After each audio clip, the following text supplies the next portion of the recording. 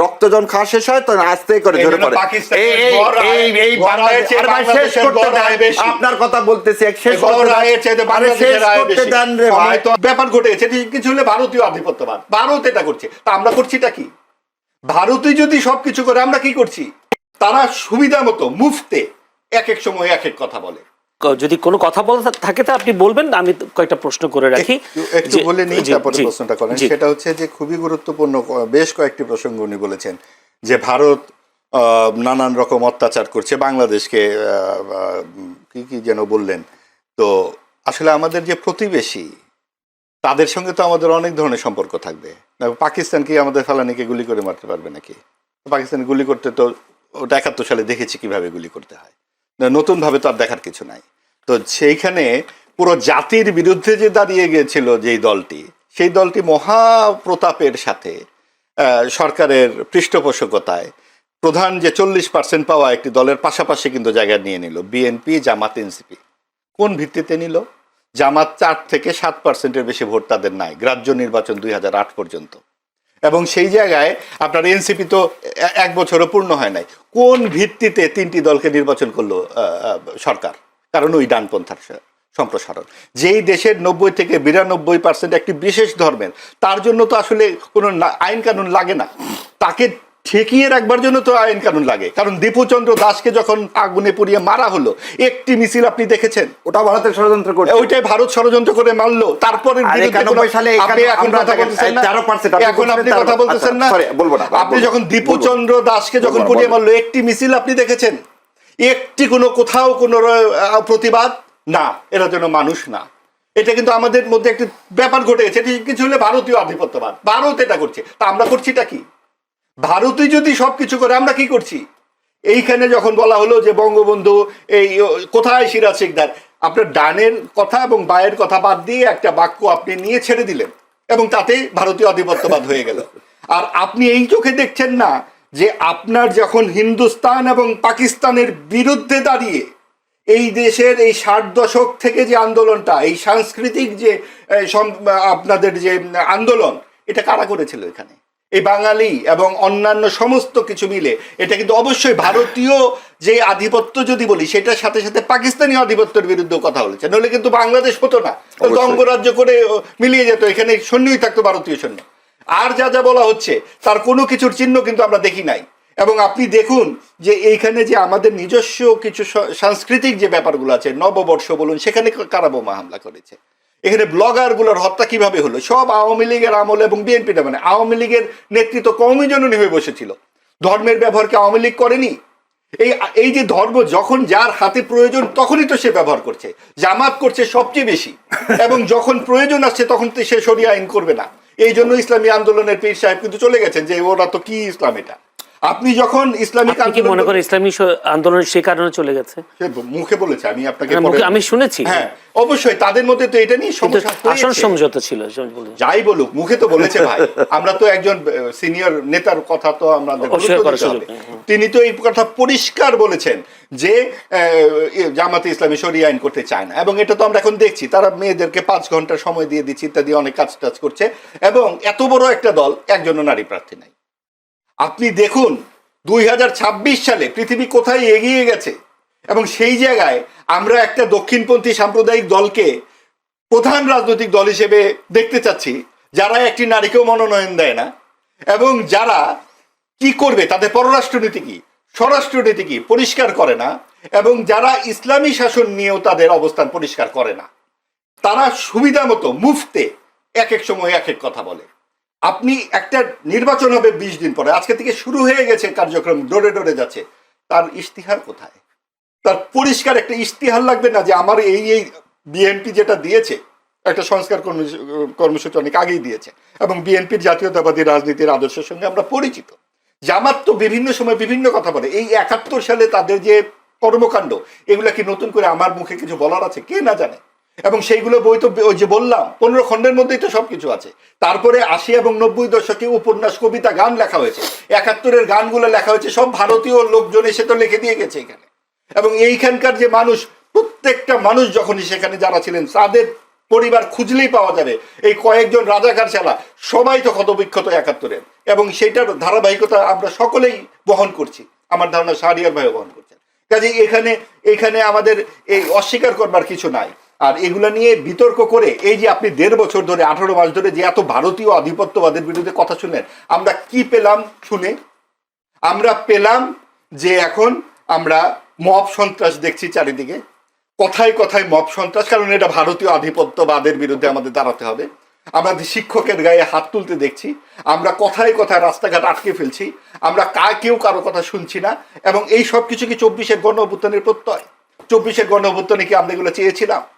শেখ হাসিনা গুম খুন আয়নাঘর করেছে বলেই তো এই লক্ষ লক্ষ লোক মানুষ সেখানে নেমেছিল। 2, 3, 4 আগস্টে মানুষের কণ্ঠে কোন গানটা ছিল ভাই? ধনধান্যে পুষ্পে ভরা। লক্ষ লক্ষ মানুষের কণ্ঠে এই গান শুনে আমার জীবদ্দশায় আর আমার কোনো কিছু স্বপ্ন নাই যে গান আমি শুনেছি। এই গান যে অসাম্প্রদায়িক বাংলাদেশের গান আমি শুনেছি, কোন রাজনৈতিক তত্ত্ব আমাকে সেইখান থেকে বের করে আনতে পারবে? এখানে কি শেখ হাসিনা বা আওয়ামী লীগের পক্ষে আমি কিছু বলছি নাকি? আওয়ামী লীগ যেই দুরাচার করেছে, যেই কর্তৃত্ববাদী শাসন করেছে, যে স্বৈরাচার করেছে, তার জন্য তো তার হেলিকপ্টারই তুলে দেওয়া হয়েছে। কিন্তু হেলিকপ্টার কি দেশে একটাই ছিল? আগামীতে যারা এই কাজগুলো করবেন, যারা মুনাফিকি করবেন, যারা কোনো রকম সুনির্দিষ্ট পরিকল্পনা দেবেন না, তাদেরকেও নানান রকম যানবাহনে তোলা হবে। এবং আপনি যখন আজকে এই কথা বলেন, তার মানে কি আমরা রাস্তাতেই থাকবো? গত 54 বছরও ছিলাম, 71 সালে ছিলাম, তার আগে 69-এর গণঅভ্যুত্থান হয়েছে। আপনি গণঅভ্যুত্থানের গুলো চিহ্ন করে দেখেন, 69, 90, 24, ঠিক নির্দিষ্ট সময় পরে পরে ঘটে। এর আগে 52 সালে এত বড় একটা আন্দোলন। অর্থাৎ আমাদের এইখানে সবসময় কিন্তু গণতন্ত্রের জন্যই আমাদের রাস্তায় থাকতে হচ্ছে। যখন সুযোগ এলো, সরকারের কাছ থেকে একটা নৈর্ব্যক্তিক আচরণ আমরা প্রত্যাশা করেছিলাম। সরকার কি বলতে পারতো না? সরকার কেন একটা পক্ষ নিয়ে নিল ডানপন্থা? এবং সরকার কেন এই সমস্ত মববাজিকে এক ধরনের নির্বিকারত্ব তাদের দেখা গেল? 32 নম্বর যখন ভাঙা হলো, মুক্তিযুদ্ধের ভাস্কর্য যখন ভাঙা হলো, মতিউর রহমানের স্মারকস্তম্ভ ভেঙে ফেলা হচ্ছে সব জায়গায়।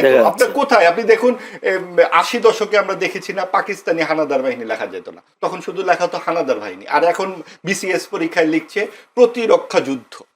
এইটা কি 24-এর প্রত্যয়? প্রতিরক্ষা যুদ্ধ এবং এই সমস্ত কথাবার্তা, পাকিস্তানের শব্দটা তাদের বন্ধু হয়ে। ধন্যবাদ মাহবুব আজিজ, আমার কাছে সময় একদম কম। এই যে পেছনের দিকে তাকিয়ে থাকা, এই পিছনের দিকে তাকিয়ে থাকা 24-এর গণ অভ্যুত্থানের প্রত্যয় অবশ্যই সামনের দিকে তাকিয়ে। ধন্যবাদ। আমি একটু আবার শাহরিয়ার কবিরের কাছে যেতে। শাহরিয়ার কবির, জামায়াতের পররাষ্ট্রনীতি কূটনীতি বিষয়টি ক্লিয়ার করেনি, উনি একটা অভিযোগ তুলেছেন। সেই সাথে আর কোন তথ্য যদি থাকেন মাহবুব আজিজের যে প্রশ্ন করেছি সেগুলো একটু খুব অল্প সময় বলতে হবে, আমার 2 মিনিটের মধ্যে বলে দেব। আমার মনে হয় আমার ভাই জামাত ইসলাম সেদিন যে ইন্টারকন্টিনেন্টালের যে সামিটটা করছে, ওটা দেখার সুযোগ পাননি, হয়তো ব্যস্ত মানুষ। আমি এটা পরে পাঠিয়ে দিব, ওখানে সুন্দর মতো পররাষ্ট্রনীতি থেকে সবকিছু আছে। এবারে ভাইয়ের কথা, চন্দ্রদাসের জন্য রাস্তায় নামছে স্বয়ং Indian foreign minister, Indian foreign সেক্রেটারিরা। যখন ইন্ডিয়ায় এটা প্রোটেস্ট করতেছে, তখন তো আর শোনেন যে কোনো ধরনের হত্যা নেককারজনক, এবং তার কি করতে হবে? বিচার করতে হবে, এবং সেই বিচারটা অবশ্যই, কারণ তার আসামিগুলো ধরা পড়ছে। আমার হাদির আসামির মতো তো আর ইন্ডিয়াতে আশ্রয় পায়নি, তারা তো ধরায় পড়ছে। এবারে আসেন 24-এ বিপ্লবের কথা বলতেছে, ভাই ধনধান্য ভাই শুনতে পাইছে, কিন্তু ভাই এটা শুনতে পাইনি তুমি কে আমি কে, রাজাকার রাজাকার, এটাও শুনতে বলেছে। এবার আমি শেষ করি। দ্বিতীয় কথা শোনেন, মব বলে 24-কে ম্লান করেন না, এটা নিজেকে অপমান করা হবে। মব সন্ত্রাস বলে কোনো কিছু না, যেটা যেখানে যে অবস্থায় যেখানে অন্যায় করা হবে সেটা প্রতিবাদ হবে। কিন্তু কথা হলো, এই সরকারের আমি বলতেছি, এই সরকারের যে রাইট ইজ বলতেছে, এটাকে আমি সমর্থন করি না, কিন্তু এই সরকার যেভাবে চালানোর উচিত ছিল, এই সরকার সেভাবে চালাতে পারেনি। আর একটা জিনিস বলি, এই জামাত ইসলামের বিরুদ্ধে এই 71 সালের এবারে জনগণের উপর ছেড়ে দেন না, আমরা তো অনেক কিছুই বললাম।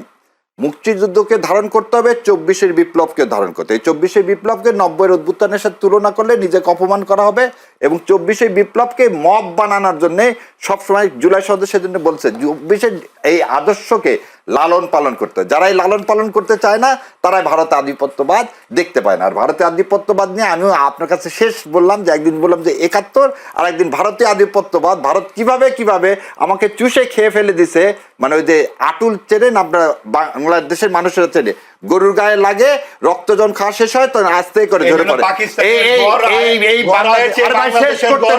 আপনার কথা বলতেছি, শেষ করতে দেন রে ভাই। এই আপনার ইন্ডিয়াদের এত লাগে কেন? আপনাদের পাকিস্তানিদের এত লাগে কেন? আমি তো পাকিস্তানের কথা একবার তুলেও নি মুখে। ভাসুরের নাম তো নিবেন না আপনারা কেন বললেন? ভাসুরের নাম তো নিবেন না ভাই, আমরা তো আপনি পাকিস্তানের কথা বলেন না। এত ইন্ডিয়া লাগে কেন ভাই? এত পাকিস্তানের লাগে কেন? শুনেন, মুসলমান আপনার গলায় তো পাকিস্তানের চেয়ে আমরা বেশি। এটা ব্যর্থ রাষ্ট্র পাকিস্তান। আমরা পাকিস্তানের এটা ব্যর্থ রাষ্ট্র। সব আধিপত্য কথা বলেন আপনারা। এত ভাসুর কেন পাকিস্তান? শুনেন, 71 ইন্ডিয়া নিয়ে কতবার বললেন? একবার পাকিস্তান শব্দ। ও তাহলে আমাদেরকে কথা বলতে দিবেন না? এখন আর আপনারা আপনারা তো তাহলে হাসিনা প্রেতাত্মা হয়ে যাচ্ছে। আপনি তো ভাসু। না না না, আপনার হাসিনা প্রেতাত্মা হয়ে গেলেন। পাকিস্তানের প্রেতাত্মা। আপনার হাসিনা প্রেতাত্মা বলেন না, এটা শুনি আপনার মুখে পাকিস্তান শব্দটা কেমন লাগে? দেখুন আধিপত্য ওই যে এই যে কেমন লাগে এই দাদা ভাষাটা, মানে কি দে ওন দা ইন্ডিয়া। আমরা ইন্ডিয়াকে ওন করব না ভাই। আমরা সবে তো অনেকবার ভারতের আধিপত্যবাদের বিরুদ্ধে থাকবো। দাদা দেখুন আধিপত্যবাদের বিরুদ্ধে থাকবো ইনশাআল্লাহ। পাকিস্তান শব্দটা আপনার মুখে কেমন লাগে? আপনাকে একটা জিনিস মনে পাকিস্তান রাখতে কি হবে, আমরা করেছিল পাকিস্তানের নাম আমাদের সাথে? আপনার পাকিস্তান কি করেছিল? করেছিল? ওই আপনার জাহাঙ্গীর ইনভেস্টর তৈরি করে দিয়েছিল, রাশিয়া ইনভেস্টর তৈরি করে দিয়েছিল। আর আপনার থেকে কি 3 ট্রিলিয়ন, শুনেন 3 ট্রিলিয়ন এই ধর্ষণ নিয়ে গেছে আপনার ইয়া। ও ধর্ষণগুলো ফেলানি চোখে পড়ে না? ফেলানি তো ও একজন চোখে পড়ে না? ধর্ষণ কয় ও লক্ষ? প্রতিদিন করতেছে ইন্ডিয়া কয় ধর্ষণ। লক্ষ? আপনার দেশকে ধর্ষণ কোথায়? করতেছে। কোথায় ধর্ষণ দেশটাকে করতেছে? ধর্ষণ আমার করতেছে। মনে হয় সময় দিতে পারেন না। আপনারা অন্ধ। মুখে ঠুলি দিয়ে বসে আপনারা- থাকেন। মাহবুব ভাই, এই আমরা- পাকিস্তানি মাহবুব ভাই, এই পাকিস্তানি মানসিকতা শাহরিয়ার বর্জন কবির, দিতে হবে। পাকিস্তানি। ব্যর্থ রাষ্ট্র পাকিস্তান। ধন্যবাদ। তাদেরকে আমরা হারিয়ে গড়ায় ডাবল করে ফেলেছি। আলহামদুলিল্লাহ। বহুদিন ধন্যবাদ। আগে। জি, ধন্যবাদ, অসংখ্য ইন্ডিয়াকেও ধন্যবাদ। হারিয়ে দেবো। দর্শক, আমরা শেষ করতে চাই। আমরা বেশ আলোচনা প্রাণবন্ত হবে মনে কারণ করেছিলাম। আমি ভাইজান বলতে পারবো না। ভাইজান বলতে পারবো না। ধন্যবাদ, অসংখ্য ধন্যবাদ। দর্শক, আমাদের সাথেও ছিলেন মাহবুবাদী সাংবাদিক ও কলামিস্ট, ছিলেন ব্যারিস্টার এএসএম শাহরিয়ার কবির, আইনজীবী, বাংলাদেশ সুপ্রিম কোর্ট। দুজনকে অসংখ্য ধন্যবাদ সময় দেওয়ার জন্য। ধন্যবাদ আপনাদেরকেও। দর্শক, আপনারাও আমাদের সাথে আজকের এই আলোচনা ধৈর্য ধরে দেখবার জন্য আপনাদেরও প্রাণঢালা অভিনন্দন, শুভেচ্ছা জানিয়ে আজকের মতো এখানে শেষ করতে চাই। চ্যানেলের সংলাপ অনুষ্ঠান ভালো থাকবেন।